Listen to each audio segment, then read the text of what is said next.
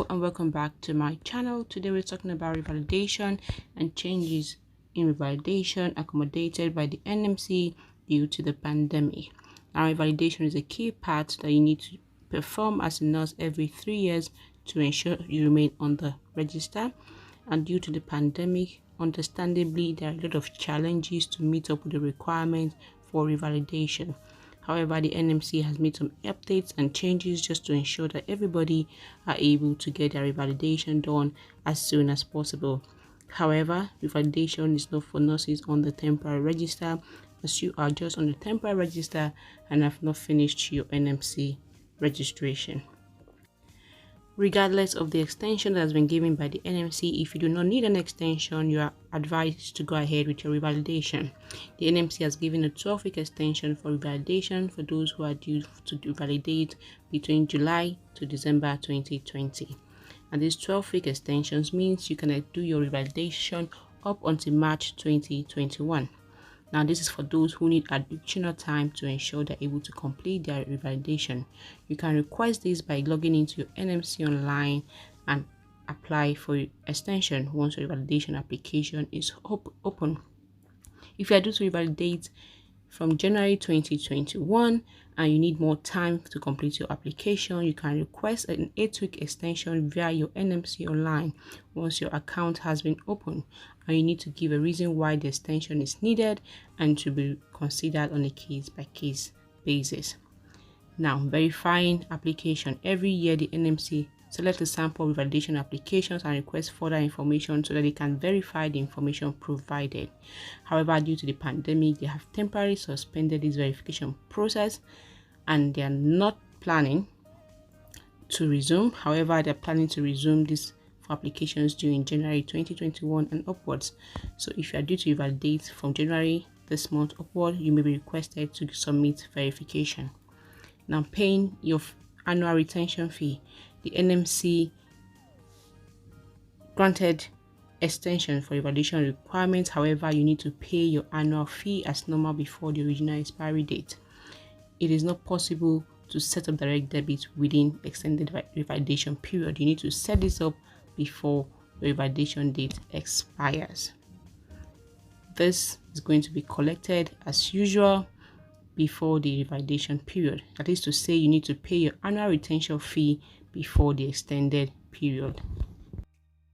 The NMC acknowledges that a lot of people have problems meeting up their requirements for revalidation during this period, and such they have put up a PDF copy of things you should be able to do to help you with your revalidation during this COVID. All of the details and requirements for revalidation and how to meet them and to submit them on the NMC online applications are in the PDF document. All the forms, case studies, templates, and all you need for your confirmers and employers have been supplied by the NMC, and examples of how to fill these forms have also been given in this PDF document. All you need to do is to go online and download it for yourself. Now, for the continued professional development, which is your CPD, during the current 3-year registration period that you have been accumulating of 35 hours of continuous professional development, which should be at least 20 hours participatory. At the moment, face-to-face activities are limited, so it might be very difficult for you to assess CPDs that are participatory. Now, the NMC has put up guidance on how you are able to meet up these 20 hours of participatory study.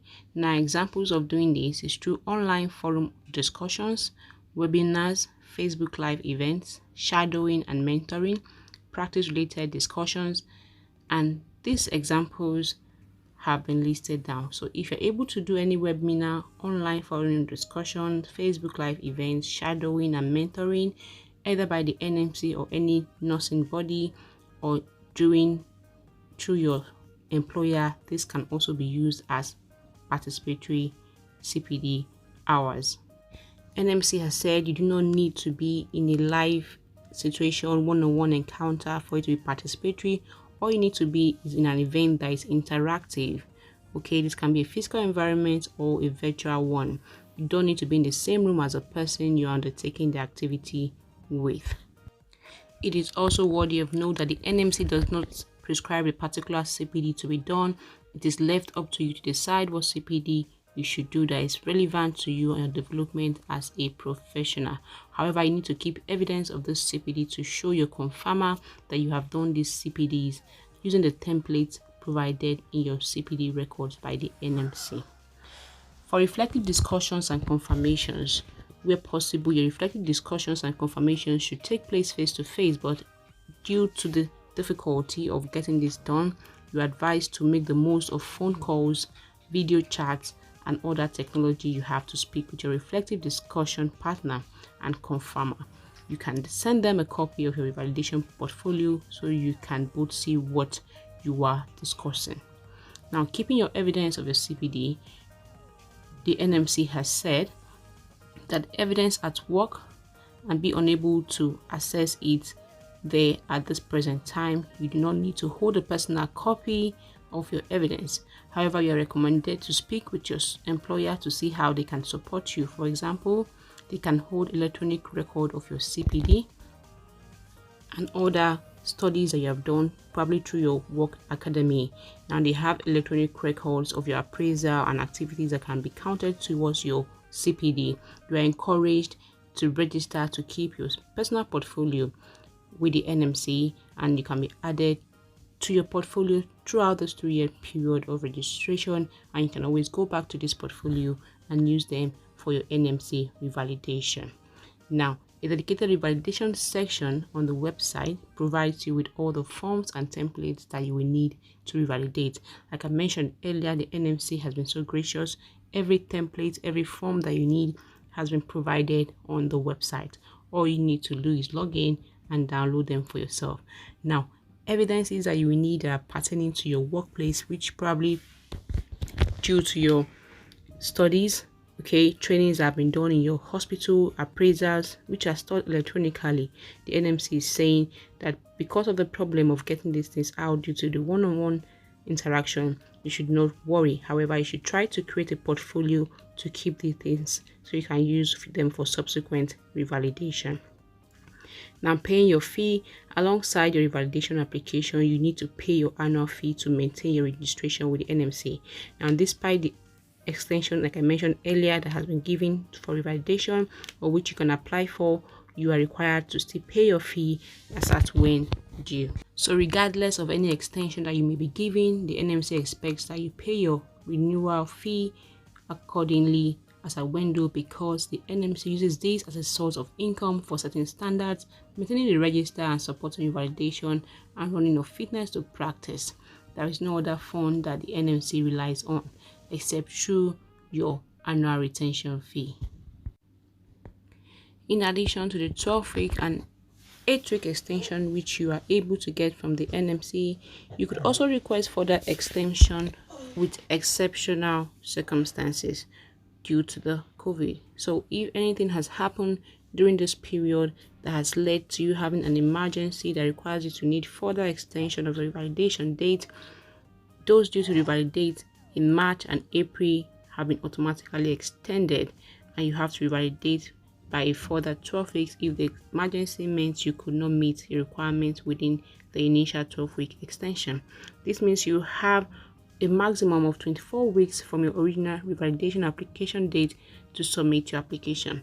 Those due to revalidate from May onwards after your initial 12-week extension, you may request a further 12 weeks up to a maximum of 24 weeks from your original revalidation application date. If the emergency means that you cannot meet your requirements within the initial 12-week extension, your confirmer must support your request for a second extension.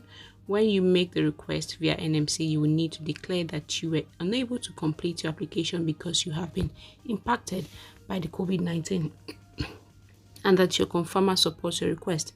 You need to provide your confirmer's details, example, your manager, so they can email them once your application or your request has been submitted.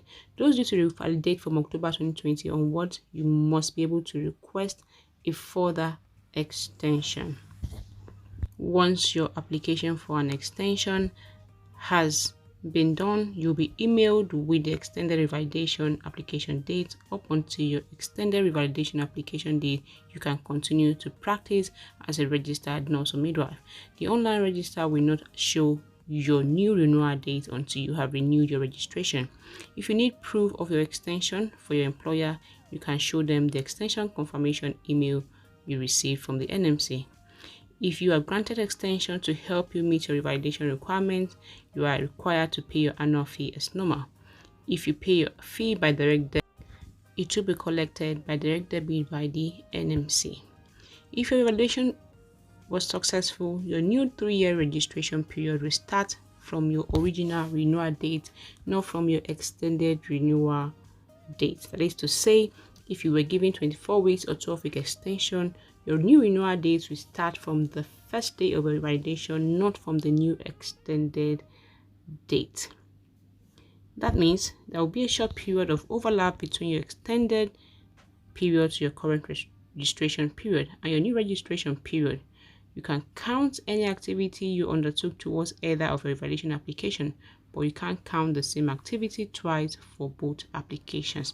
That is to say, when you are due to revalidate the next year, the activities that you added from your extended period to make up for your previous revalidation, you cannot add them towards your next 3 years revalidation application. In other words, this extension does not affect further revalidation dates. Your revalidation dates will still remain the same. You've only been given an extension for this period due to the pandemic. Just like the example that has been given above here. From the examples and dates given above, the NMC has said you can count different activities towards revalidation in the other years, but you can't count the same activity 2 times. However, to avoid confusion, your confirmer is going to help you prevent this happening. Now, other documents or other supports that the NMC has given, if you find using the NMC online for your revalidation difficult, is to send an email to revalidation.escalation@nmc/uk.org using the subject help with NMC online, and you should include your name, your PIN, contact phone number, revalidation application dates, whether you have an NMC online account, details of your circumstances or problems, the assistance or adjustment that you would need help to validate with. If you're unable to contact them by email, you can call the registration center with the number above, and you can also send an email for reason of adjustment policy that explains the type of adjustments that you need to be made if you have an injury or disability. And if you're concerned about your ability to pay your fee, you can contact the Registration Center UK Enquiries at nmc/uk.org or call the number above. And that's all for the update for the NMC required for revalidation during this period. If you do have any question, do what to ask. I'll do my best to answer. Thank you for watching. Do like this video if it added any value to you. Like, share, subscribe. I'll see you in my next one. Thank you for watching. Bye for now.